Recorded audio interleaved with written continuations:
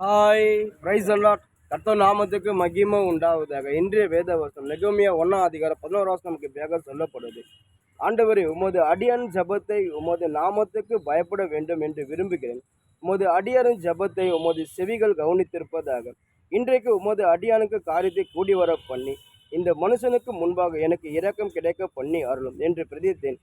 நான் ராஜாவுக்கு பானபாத்தினா இருந்தேன். அதாவது நெகேமியா வந்து வந்து அவங்க வந்து தேசம் வந்து பாழாக்கடையுது. நெகேமியா வந்து சூசன் என்ற ஒரு அரண்மனையில் வந்து அவர் வேலை செய்கிறாரு.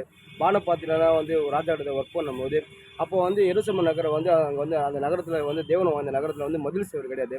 அந்த நகரம் வந்து ரொம்ப பாழாக இருக்குது. தேவனோட ஜனங்கள் ரொம்ப பாழாக இருக்கான்னு சொல்லி அங்கே இருக்கிறவங்க வந்து அவங்களோட ஃப்ரெண்ட்ஸும் வந்து அவர்கிட்ட வந்து சொல்லும்போது அதை கண்டு ரொம்ப மன துக்கம் அடைஞ்சு அவர் ஜெபம் போட்டார். அதை ஆண்டவர்கிட்ட ஜெபிக்கிற, ஆண்டவரே இது போல ஆண்டவரே, நான் வந்து எருசலேம் பட்டணத்துக்கு போனோம், அங்கே மதில் சுவர் கட்டினா ஆண்டவர், அங்கே இருக்கிற நீங்கள் வாழ்ந்த நகரம் அது இப்படி இருக்கக்கூடாது ஆண்டவரே சொல்லி ரொம்ப மனசு துக்கப்பட்டு அவர் என்ன பண்ணாரு, ஜெபிக்கிறாரு. ஜெபம் பண்ணி அப்புறம் கர்த்தர்கிட்ட விண்ணப்பகிறார். இது போல் வந்து ஆண்டவரே, இந்த ராஜா கண்ணில் தயவு கிடைக்கணும், இந்த ராஜா கண்ணில் தயவு கிடைச்சுன்னா அந்த ராஜா மூலியமாக போய் நான் போய்ட்டு அந்த எருசலேம் போய் அந்த மதில் சுவரை கட்டுவேன். அந்த பாழாக இருக்கிற அந்த ஜனங்களுக்கு நான் எல்லாமே நான் உம்முடைய வாழ்ந்த நகரத்தை நான் வந்து அங்கே இருக்கிற ஜனங்களை நான் உதவி செய்வேன். ஆண்டவரே, நீங்கள் வந்து உதவி செஞ்சால் தான் நான் அவங்களுக்கு உதவி செய்ய முடியும். நீங்கள் எனக்காக உதவி செய்யுங்க. இந்த ராஜா கண்ணில் வந்து தயவு கிடைக்கும்போது நீங்கள் செய்யுங்க.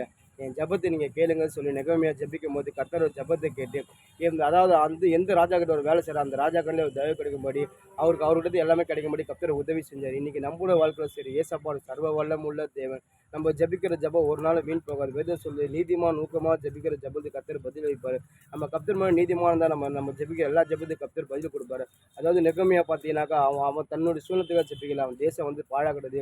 எருசலேம் நகரம் எருசலேம் நகரம் பாழாக்கிறது, தேவன் வாழ்ந்த நகரம் இப்படி பாழாக்கிறது, அங்கே மதில் சுவர் இல்லாமல் இருக்குதுன்னு சொல்லி அவன் தேசத்துக்காக வந்து புலம்பி கர்த்தர்கிட்ட ஜெபம் பண்ணுறான். அந்த ஜபத்தை கர்த்தர் கேட்குறேன். இனி நம்மள வாழ்க்கை நம்ம ஜெபிக்கிற ஜபம் நம்ம சூழலமாக ஜெபிக்காமல் ஆண்டவர் எனக்கு இது வேணும் அது வேணும் நம்ம ஒரு நாள் ஜெபிக்காதபடி மற்ற தேவன் நம்ம ஜெபிக்கும் போது கர்த்தர் நிச்சயமாக நம்ம 4 மடங்கு ஆஸ்வதிப்பார். யோபு பார்த்தீங்கன்னா யோபு வாழ்க்கையில் வந்து அநேக சிறையிருப்பு இருந்துச்சு. அந்த சிறைப்பு ஒரு நாள் யோபுக்கு மாறவே இல்லை.